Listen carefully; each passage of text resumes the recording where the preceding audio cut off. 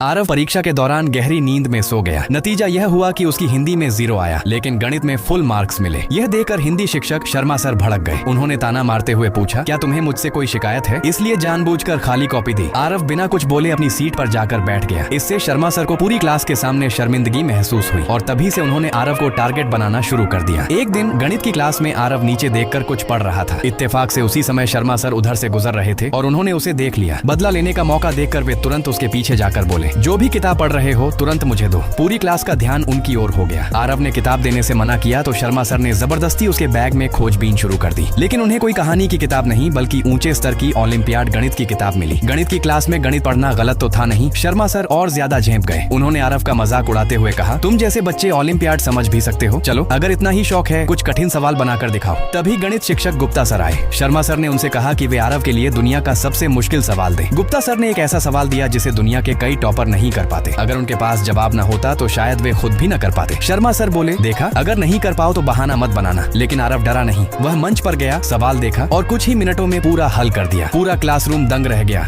गणित शिक्षक भावुक होकर बोले, तुम तो जीनियस हो। क्लास के बाद मेरे ऑफिस में मिलना, तुम्हें इंटरनेशनल ओलंपियाड में भेजना है। आरव खुश होकर बोला, जी सर, धन्यवाद।